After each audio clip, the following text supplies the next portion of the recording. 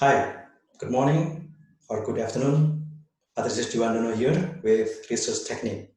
Today I'm going to explain chapter 2 of your thesis, which consists of theories and previous studies. Okay, let's go to my screen and I'm going to explain from there.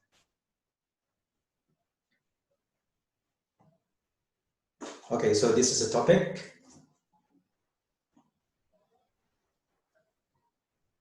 Yeah. The topic today is the theoretical framework and the previous studies. And this explanation refers to my book, Meneliti Itu Tidak Sulit, published in 2015, chapter 2. So please read this chapter, especially the section in which I explain how to write chapter 2, how to write theoretical framework and previous studies. Okay. Overall, your thesis chapters will look like this. Chapter 1 is the introduction, the introduction or the background, and it consists of several sub-chapters, one of which is your research problems. So shortly after the introduction, you present your research problems and then changed or converted into research objectives, meaning that it is restated in the form of research objectives. This one is usually in questions. This one is in affirmative sentences. Okay, so basically they are the same, the research problems or research objectives. And then chapter 2, this is what I'm going to explain today, is review of related literature, which consists of theories and previous studies. Previous studies means the research or the studies that has been done by other people in the past. Okay, and then chapter 3 is your method, the method that you're going to use or that you used in your research. And then chapter 4, you present your findings. And then chapter 5, you present the conclusion and suggestions. But as I said before, our focus today is here, chapter 2, review of related literature.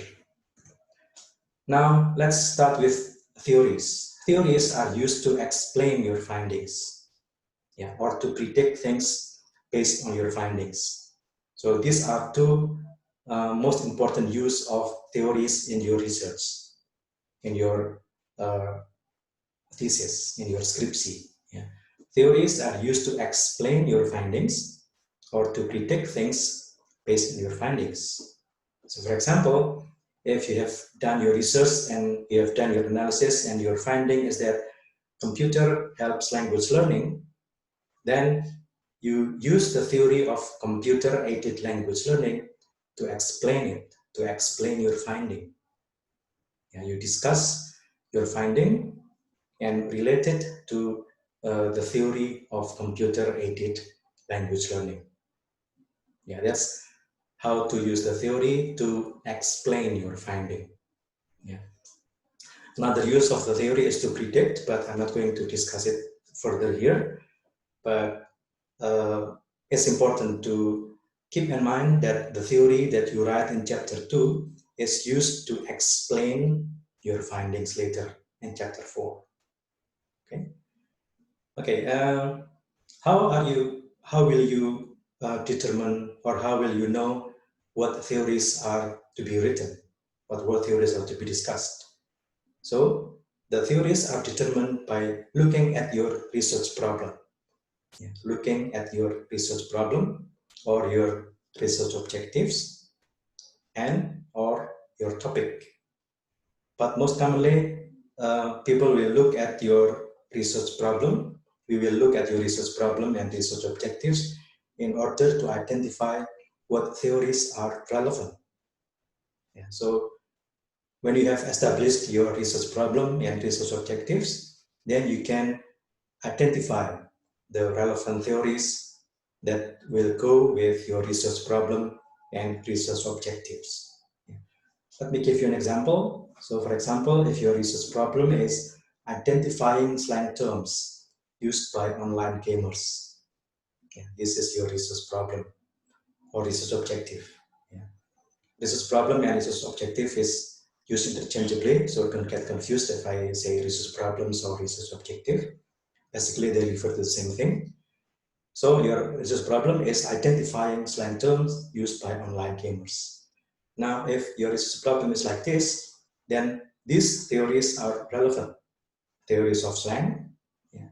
Remember here that slang is one of the key words in your topic and your research objective. Theories of slang is important. Theories of online gaming are also important because you have a keyword here relating to online gamers. So you should review the theories of online gaming. Yeah. Also, these theories of semantics or meaning might also come to be relevant because you will discuss or you will relate this to the area of meaning in language. And so theories of semantics might come as useful, as relevant theory here. Okay, so that's how you are going to determine the theories that you have to discuss, that you have to present in your chapter 2, the first section of your chapter 2. Okay. Now, previous studies, as I said before, previous studies are research efforts, studies that have been done, that were done in the past by other people. And then you need to look at them. How? Find them in journals, yeah, in journal articles. There are plenty of research that has been done, that was conducted in the past. Yeah. You must review them. You must review them in order to determine the place of your research among other research that has been done in the past. So by looking at this section, the readers will know whether your research is something new or whether your research is just a repetition of the previous research, or whether you introduce another variable in your research, another instrument, another new design, a new method in your research. Yeah. The readers will have to know that. And therefore, you review the previous studies in order to let the readers know how your research stands among others. What is the position of your research among other research that has been done in the past?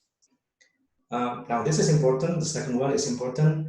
Relate them to your own research. You have to relate the previous studies to your own research. That's important. Yeah. So how do you relate them? You compare them with your own study. You compare them. Yeah. You discuss the similarity between the previous studies and your own research. You discuss the difference between the previous studies and your own current research.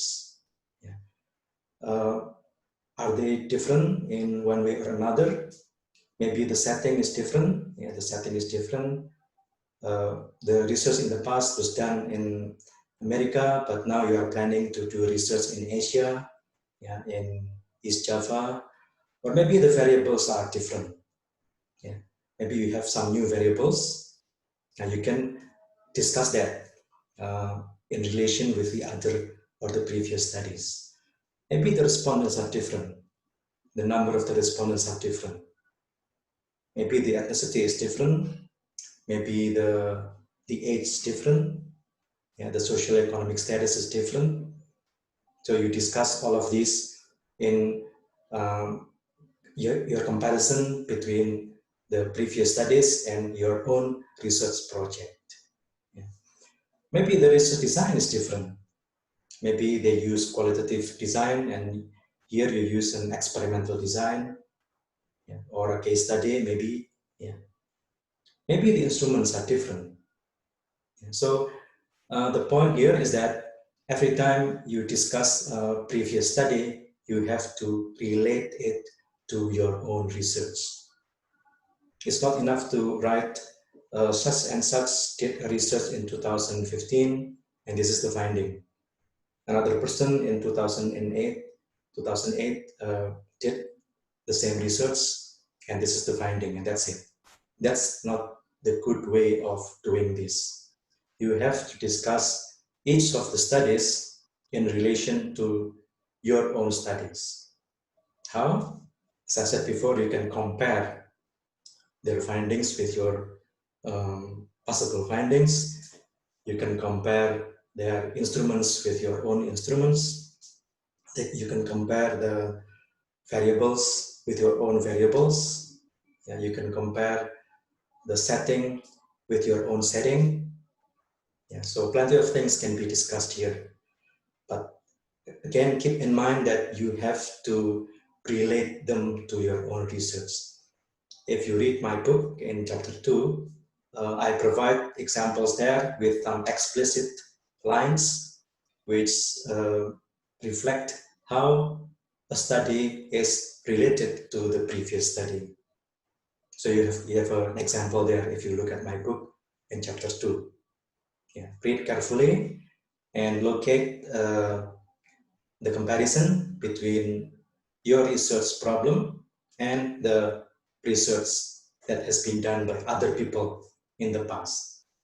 Yeah. Okay, so that's my point here. Again, to wrap up, we have discussed chapter 2, which consists of theories and previous studies. Theories can be determined by looking at your research objectives, by identifying the keywords, and from the keywords you can determine the relevant theories. Yeah. Theories are used to explain the findings later in your chapter 4.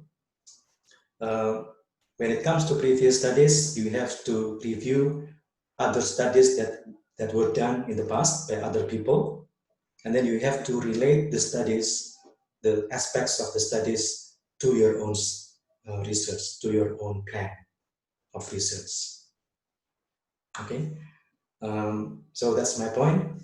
I hope I have made it clear to you how to write chapter 2. And so good luck for your chapter 2. See you again in the next episode. Goodbye for now.